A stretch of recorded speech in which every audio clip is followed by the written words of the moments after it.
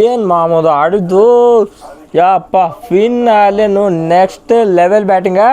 South Africa ಮಾಡಿದ್ದು. ನನಗೇನು personal ಖುಷಿ ಅಂದರೆ ನಾ ಇವತ್ತು ಎಂತೆಂಥವ್ರು ಬಂದರು ಎಲ್ಲರಿಗೂ ಪ್ರಿಡಿಕ್ಷನ್ ಹೇಳಿದ್ದು ಬಂದೆ 100% ಇವತ್ತು ನ್ಯೂಜಿಲ್ಯಾಂಡ್ದವ್ರು ಗೆಲ್ತಾ ಇದ್ದೆ. ನಿನ್ನೆ ಕೇಳಿದವ್ರಿಗೆ ಇದ್ದೆ, ಎಲ್ಲರೂ ಕೇಳಿದ್ದಾಗ ಎಲ್ಲ ಹೇಳಿದ್ದೆ ನಾನು ನ್ಯೂಜಿಲ್ಯಾಂಡ್ದವ್ರು ಪಕ್ಕಾ ಫೈನಲ್ಗೆ ಬರ್ತಾ ಇದೆ.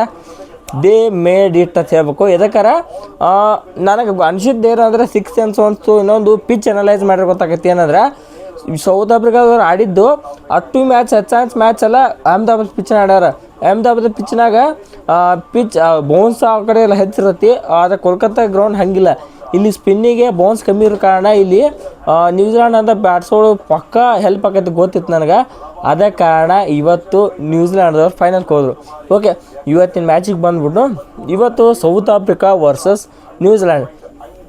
ಆಲ್ಮೋಸ್ಟ್ 90% ಮಂದಿ ಏನು ಅನ್ಕೊಂಡಿರ್ತಾರೆ, ಸೌತ್ ಆಫ್ರಿಕಾದವರು ಇಡೀ ಸೀಸನ್ದಾಗ ಒಂದು ಸೋತಿಲ್ಲ, ಈ ಮ್ಯಾಚ್ ಸೋಲಂಗಿಲ್ಲ, ಆರಾಮ್ ಗೆಲ್ತಾರೆ ತನ್ಕೊಂಡಿದ್ರು. ಆದರೆ ನಾವು ಭೇದಿ ಎಲ್ಲರಿಗೆ ಅಂದಿದ್ದೆ ಪಕ್ಕ ಇವತ್ತು ನ್ಯೂಜಿಲ್ಯಾಂಡ್ದವ್ರು ಗೆಲ್ತಾರೆ. ನನಗೆ ಯಾಕೆ ಅನಿಸ್ಲತ್ತಂದಿದ್ದೆ ಪಕ್ಕ ಗೆದ್ದರು. ಇವತ್ತು ಟಾಸ್ ಗೆದ್ದೇನೈತಿ ನ್ಯೂಜಿಲ್ಯಾಂಡ್ದವರು ನಾವು ಬಾಲಿಂಗ್ ಮಾಡ್ತೀವಿ ಅಂದ್ರೆ ಅವ್ರು ಬರೋಬ್ಬರಿ ಡಿಸಿಷನ್ ಹತ್ಕೊಂಡ್ರೆ ಸ್ವಲ್ಪ ಮಿಚೆಲ್ ಸ್ಯಾಂಟ್ನರ್ ಟಾಸ್ ಗೆದ್ದು ಕೂಡ ಬಾಲಿಂಗ್ ಬಂದ ಕೂಡಲೇ 1 ಓವರ್ ಹಂಗೆ ಆಡಿದ್ರು. 2ನೇ ಓವರ್ ಏನು ಬತ್ತು ಅಲ್ಲಿ ನೆಕ್ಸ್ಟ್ ಲೆವೆಲ್ ಹೇಳ್ಬೇಕು. ಎದಕ್ಕಾರ 1ನೇ ಓವರ್ ಹಂಗೆ ಹೋಗಿದ್ರು. 2ನೇ ಓವರ್ ಏನು ಬಂದು 2ನೇ ಓವರ್ನಾಗ ಅರ್ಧ ಆಟ ಚೇಂಜ್ ಆಗ್ತದೆ ಹೇಳ್ಬೇಕು. ಇಡೀ ವರ್ಲ್ಡ್ ಕಪ್ ಒಳಗೆ ಸೌತ್ ಆಫ್ರಿಕಾ ಟೀಮ್ ಗೆಲ್ಲಕ್ಕೆ ಮೇನ್ ಕಾರಣ ಏನಪ್ಪಪ್ಪ ಅಂದ್ರೆ ಅವ್ರು ಟಾಪ್ ಆರ್ಡರ್ ಇತ್ತು ಮೇನ್. ಅದಕ್ಕೆ ಈಗ ಅವ್ರ ಟೀಮಾಗ ಗೆಲ್ಲಕ್ಕೆ ಮೇನ್ ಟಾಪ್ ಆರ್ಡರ್ ಇತ್ತು. ಆದರೆ ಇವತ್ತು ಪೂರ ಟಾಪ್ ಆರ್ಡ್ರ್ ಎಲ್ಲ ಪೂರ ಎಕ್ಸ್ಪೋಸ್ ಆಯ್ತು. ಆದ ಕಾರಣ ಇವತ್ತು ಸೌತ್ ಆಫ್ರಿಕಾದವ್ರು ಸೋತ್ರು. ಇಲ್ಲಿಕ ಅವರು ಟಾಪ್ ಆರ್ಡ್ರ್ ಕೈ ಕೊಡ್ಲಿಕ್ಕಾರ ನೆಕ್ಸ್ಟ್ ಗೆಲ್ಲಿದ್ರು. ಮತ್ತು ಇವತ್ತು ಪೂರ ಅವ್ರು ಟಾಪ್ ಆರ್ಡ್ರ್ ಕೈ ಕೊಡ್ತು. ಟಾಪ್ ಆರ್ಡ್ರ್ ಕೈ ಕೊಟ್ಟಿದ್ದಕ್ಕೆ ಮಿಡ್ಲ್ ಆರ್ಡ್ರು ಕೈ ಕೊಡ್ತು. ಒಂದು ವೇಳೆ ಇವತ್ತೇನ್ರಿ ಅಥವಾ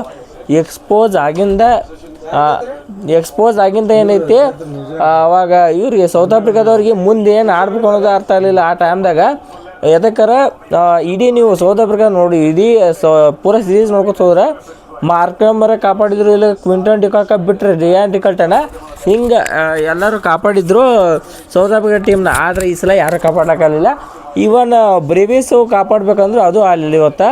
ಅದಕ್ಕೆ ಇವತ್ತು ಕಾಪಾಡಿದ್ದಾರೆ ಮಾರ್ಕೋ ಆ್ಯನ್ಸನ್ ಸ್ವಲ್ಪ ಬಂದ್ರೆ ಕರೆ ಅದೇನು ತೆಗೆದಾಗಲಿಲ್ಲ ಅವ್ರದ್ದು. ಅದಕ್ಕೆ ಇವತ್ತು ಸೌತ್ ಆಫ್ರಿಕಾದ ಅಟ್ಟೆಲ್ಲ ಮಾಡಿರಪ್ಪ ಅಂದ್ರೆ 162 ಅಟ್ಟ ತೆಗೆದ್ರು.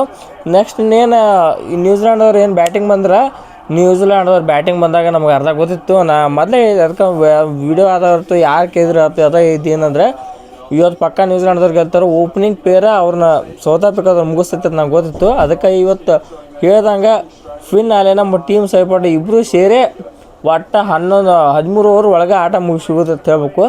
ಬ್ಯಾಟಿಂಗ್ ಇವರು ರಾಕ್ಷಸ ರೂಪದ ಬ್ಯಾಟಿಂಗ್ ಒಳ್ಳೆ. ನಮ್ಮ ಇಂಡಿಯಾ SRH ಟೀಮ್ ಬ್ಯಾಟಿಂಗ್ ನೋಡ್ದಂಗೆ 2024 SRH ಟೀಮ್ ಬ್ಯಾಟಿಂಗ್ ನೋಡ್ದಂಗೆ ನಮ್ಗೆ. ಎದಕ್ಕಾರ Travis Head Abhishek Sharma opening ಬರ್ತಾರೆ ಆ ಟೈಮ್ದಾಗ. ಅದೇ ಥರ ಇಲ್ಲಿ ಟೀಮ್ ಸೈಪಟ್ಟ ಫಿನಾಲೆ ಇಬ್ಬರು ಬ್ಯಾಟಿಂಗ್ 160 ರನ್ ಬರೀ 13 ಓವರಿಗೆ ಅಂದ್ರೆ ಇಟ್ ಈಸ್ ಅಬೋವ್ ಎಕ್ಸ್ಪೆಕ್ಟೇಷನ್. ನಮ್ಮ ಲಕ್ಷಕ್ಕೆ ಆ ಪರಿ ಬ್ಯಾಟಿಂಗ್ ಅದ ನ್ಯೂಜಿಲ್ಯಾಂಡ್ ಅವ್ರಂತ್ರ. ಇನ್ನೊಂದು ಬಾಲಿಂಗ್ ಬಗ್ಗೆ ಹೇಳ್ಬೇಕು. ಅದಕ್ಕೆ ರಚಿನ್ ರವೀಂದ್ರ 3-4 ಮ್ಯಾಚ್ ಅಂದ್ರೆ ಬರೀ 3 ವಿಕೆಟ್ 4 ವಿಕೆಟ್ ತೊಗೊಂಡ ಅಷ್ಟು ಮೂರ ಮ್ಯಾಚ್ ಅನ್ನಿಸ್ತೈತೆ ನನ್ನ ಪ್ರಕಾರ. 3 ಮ್ಯಾಚ್ನಾಗ 8-9 ವಿಕೆಟ್ ತೊಗೊಂಡು ಸದ್ಯಕ್ಕೀಗ ನಾನು ಕೇಳೋ ಪಕ್ಕ ಪ್ಲೇಯರ್ ಆಫ್ ದಿ ಮ್ಯಾಚ್ ಫಿನಾಲೆನಾಗ ಕೊಡಬೇಕು. ನೋಡಿ ಏನು ಮಾಡ್ತಾರ್ತೆ. ಸೊ ನಿಮಗೆ ಅನಿಸುತ್ತಾ ನ್ಯೂಜಿಲ್ಯಾಂಡ್ದವ್ರು ಆಡಿದತ್ತೆ ವಿಡಿಯೋ ಕಾಮೆಂಟ್ ಮಾಡಿ. ಸೊ ಇಷ್ಟ ಆಯ್ತಾ ಈ ವಿಡಿಯೋ ಇಲ್ಲಿ ಮುಗಿಸೋಣ. ಈ ವಿಡಿಯೋ ಇಷ್ಟ ಆಯ್ತು ವಿಡಿಯೋಕ್ಕೆ ಲೈಕ್ ಮಾಡಿದಾಗ ಚಾನಲ್ ಸಬ್ಸ್ಕ್ರೈಬ್ ಮಾಡ್ಕೊರಿ. ಸೊ ಮತ್ತೆ ನೋಡಿಸೋಣ. ಎಲ್ರಿಗೂ ನಮಸ್ಕಾರ.